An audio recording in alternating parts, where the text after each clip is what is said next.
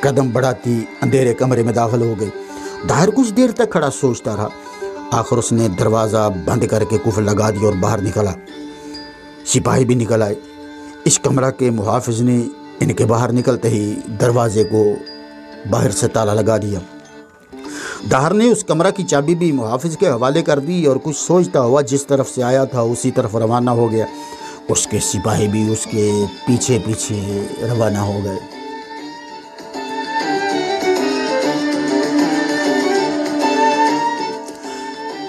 ادھر کاکا کھڑا ہوا غصہ بھری نظروں سے انہیں دیکھ رہا تھا۔ دیر تک کھڑا دیکھتا رہا۔ کچھ دیر کے بعد لوٹ کر وہ محمد بن قاسم کے پاس آیا۔ محمد بن قاسم اسے پریشان دیکھ کر بڑا متعجب ہوا۔ اس نے کہا، آپ خفا کیوں ہو رہے ہیں؟ کاکا نے کہا، کلا والوں نے کلا کا دروازہ کھولنے سے انکار کر دیا ہے۔ محمد بن قاسم کہنے لگا، انہیں ایسی جرت کیسے ہوئی؟ کاکا نے جواب دیا، غدار اور محسن کش بجہرہ کی وجہ سے۔ محمد بن قاسم نے کہا، اس نے کیا کیا؟ کاکا نے جواب دیا، میری عدم موجودگی میں وہ خود راجہ بن گیا اور میری پرجا یعنی رعایا اور سینا یعنی لشکر کو بہکا کر میرے خلاف کر دیا گیا ہے۔ محمد بن قاسم کہنے لگا، پرواہ نہ کرو، اللہ مالک ہے، میرا اللہ بہتر کرے گا۔ کاکا، غالباً آپ یہ سوچتے ہیں کہ میں نے آپ کو دھوکہ دیا ہے۔ محمد بن قاسم، میں ایسا پست خیال نہیں ہوں، لیکن ایک بات تو بتائیے۔ کاکا نے پوچھا، کیا؟ محمد بن قاسم نے پوچھا، کیا اس کلا میں داخل ہونے کا کوئی خفیہ راستہ بھی ہے؟ کاکا، ہاں بے شک ہے۔ محمد بن قاسم کہنے لگا، کلا میں کس قدر لشکر موجود ہے؟ کاکا نے جواب دیا، 12,000 تو میرا ہے اور اس کے ساتھ 1,500 بجہرہ کا بھی ہے۔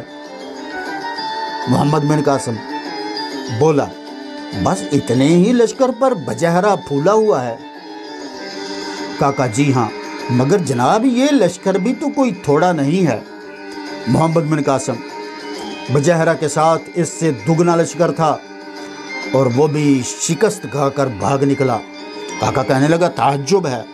محمد بن قاسم جواب دیتا ہے، تعجب کس بات کا؟ کاکا، اتنے بڑے لشکر کو آپ نے اتنے تھوڑے سے لشکر سے شکست دے دی۔ محمد بن قاسم کہنے لگا، ہم نہ تیر پر بھروسہ کرتے ہیں نہ تلوار پر بھروسہ کرتے ہیں، ہم بھروسہ کرتے ہیں تو پروردگار پر بھروسہ کرتے ہیں۔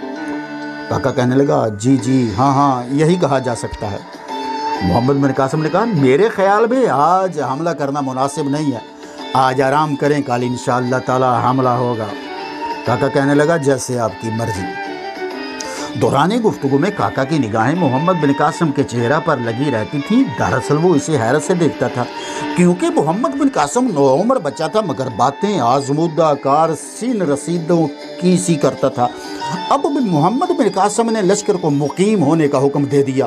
فوراً سوار گھوڑوں سے اتر آئے اور بار برداریوں میں سے ڈیرے خیمے نکال کر نصب کرنے لگے۔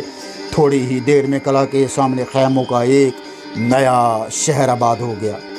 مسلمان خیموں میں جا کر ہتھیار کھول کر رکھنے اور آرام کرنے لگے۔ چند خیمے کاکا اور اس کے ساتھیوں کو بھی دے دیے گئے۔ محمد بن قاسم بھی ایک خیمے میں چلا گیا۔ ان لوگوں نے جب مغرب کی نماز پڑھی تو کاکا اور اس کے ہمراہیوں نے حیرت سے انہیں دیکھا، کیونکہ یہ پہلا موقع تھا کہ انہوں نے مسلمانوں کو نماز پڑھتے ہوئے دیکھا تھا۔ نماز پڑھتے ہی انہوں نے کھانا پکانے کا انتظام کرنا شروع کر دیا۔ کاکا اور اس کے ہمراہیوں کو بھی رسد دے دی گئی۔ عشاء کی اذان ہوتے ہی تمام مسلمان میدان میں نماز پڑھنے لگے۔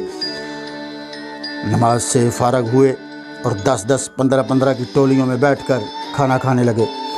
کھانے سے فارغ ہوتے ہی کوئی قرآن پاک کی تلاوت کرنے لگا، کوئی نوافل پڑھنے لگا اور باقی تاریخی قصے ایک دوسرے کو سنانے لگے۔ آدھی رات تک یہی ہوتا رہا۔ آدھی رات کے بعد یہ لوگ سونے لگے۔ اسلامی لشکر کا یہ قاعدہ تھا کہ رات کو لشکر کی حفاظت کے لیے ایک دستہ مقرر کیا جاتا تھا اور وہ تمام رات لشکر کے گرد پہرا دیتا تھا، چکر کاٹتا تھا۔ چنانچہ آج جو دستہ مقرر کیا گیا تھا وہ دستہ محمد اسلم کا تھا۔ اس نے اپنے 500 سواروں میں سے 250 کو آرام کرنے کا حکم دے دیا اور بقیہ 250 کو اپنے ہمراہ لے کر لشکر کی حفاظت کے لیے پھیل گیا تھا۔ رات اندھیری تھی، ہر طرف اندھیرا پھیلا ہوا تھا۔ چونکہ یہ لشکر فصیل سے ذرا فاصلے پر مقیم تھا، اس لیے اس وقت فصیل نظر نہ آتی تھی، رات کے اندھیرے میں چھپی ہوئی تھی۔ محمد اسلم اور اس کے سپاہی لشکر سے آگے بڑھے اور پہرا دے رہے تھے۔ جب 2/3 رات گزری تو ہر طرف خاموشی کا تسلط ہو گیا۔ جس قدر اندھیرا پھیلا تھا، اس سے زیادہ سکوت چھایا ہوا تھا۔ آسمان پر تارے نکلے ہوئے چمک رہے تھے۔ اس وقت محمد اسلم آسمان کی طرف دیکھ رہا تھا۔ دفعتاً وہ چونکا اور اس نے اپنے ساتھیوں سے پوچھا، کیا تم کچھ آوازیں سن رہے ہو؟ اس کے ساتھیوں نے آواز کی طرف متوجہ ہونا چاہا۔ سب نے کان لگائے، دیر تک خاموش کھڑے سنتے رہے۔ کچھ دیر کے بعد انہوں نے کہا، نہیں جناب، ہم تو کوئی آواز نہیں سن رہے ہیں۔ محمد اسلم کہنے لگا، میں سن رہا ہوں، غالباً کچھ لوگ دبے قدموں چلے آ رہے ہیں۔ وہ فوراً زمین پر لیٹ گیا اور اس نے زمین سے اپنا کان لگا کر سنا۔ تھوڑی دیر کے بعد وہ گھبرا کر اٹھا۔ اس نے کہا، خدا کی قسم، قلعہ کی طرف سے ہزاروں ہندو آ رہے ہیں۔ دیکھو تم بھی زمین پر کان لگا کر ان کے آنے کی آواز سنو۔ کئی آدمی اسی طرح زمین پر لیٹ گئے جس طرح محمد اسلم لیٹا تھا اور کان لگا کر سننے لگے۔ قدموں کی آواز صاف آ رہی تھی۔ وہ جلدی سے اٹھے۔ انہوں نے کہا، آپ درست فرما رہے ہیں، 1 2 4 نہیں، ہزاروں آدمی آ رہے ہیں۔ غالباً یہ بجہرہ کا لشکر ہے اور وہ شب خون مارنے کے ارادے سے آ رہا ہے۔ محمد اسلم کہنے لگا، میرا بھی یہی خیال ہے، وہ رات بھی اسی غرض سے آیا تھا۔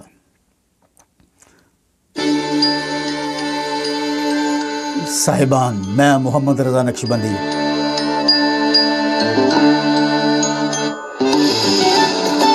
اور آپ سماعت فرما رہے ہیں داستان نگر۔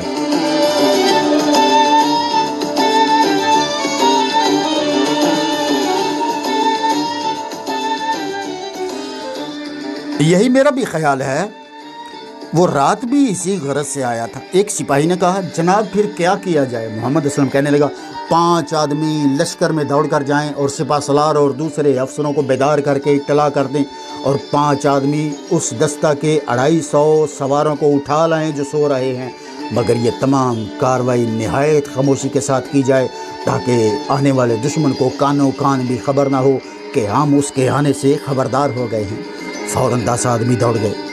چونکہ یہ لشکر ان لوگوں سے تقریباً 2 فرلانگ کے فاصلے پر قلعہ کی طرف تھا، اس لیے وہ 10 آدمی تیزی سے دوڑتے ہوئے روانہ ہوئے۔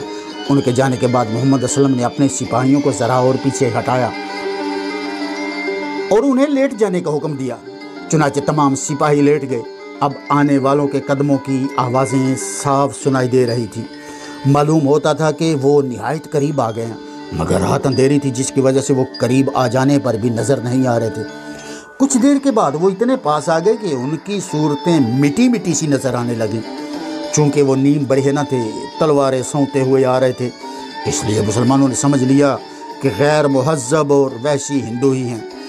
جب وہ ان سے چند ہی قدم کے فاصلے پر آ گئے تب یہ سب ایک دم اٹھ کھڑے ہوئے اور کھڑے ہوتے ہی بلند آواز سے اللہ اکبر کا پرزور نعرہ لگایا۔ اس ہیبت ناک نعرہ کی آواز سے تمام میدان لرز گیا، فضا گونج اٹھی اور زمین ہچکول کھانے لگی۔ آنے والا لشکر بجہرہ ہی کا تھا، وہ شب خون مارنے کے ارادے سے آیا تھا۔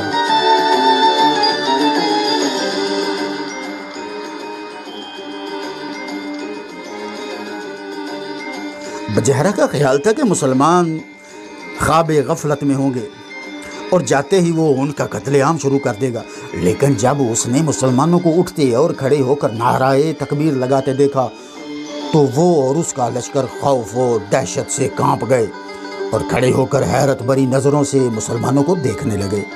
مسلمانوں نے نعرہ لگاتے ہی تلواریں کھینچ لی اور بڑھ کر نہایت جوش سے حملہ کیا۔ بجہرہ 10,000 سپاہیوں کو اپنے ہمراہ لے کر آیا تھا۔ اگرچہ اندھیرے میں اسے ایک مسلمان کے 2 نظر آئے، مگر پھر بھی وہ یہی سمجھا کہ زیادہ سے زیادہ 500 مسلمان ہوں گے۔ چنانچہ یا تو وہ لرز رہا تھا یا اس کی ہمت بندھ گئی تھی، اور اس نے نہایت بلند آواز سے کہا، دلیر ہندو، یہ بہت تھوڑے مسلمان ہیں، انہیں جلدی جلدی قتل کر ڈالو۔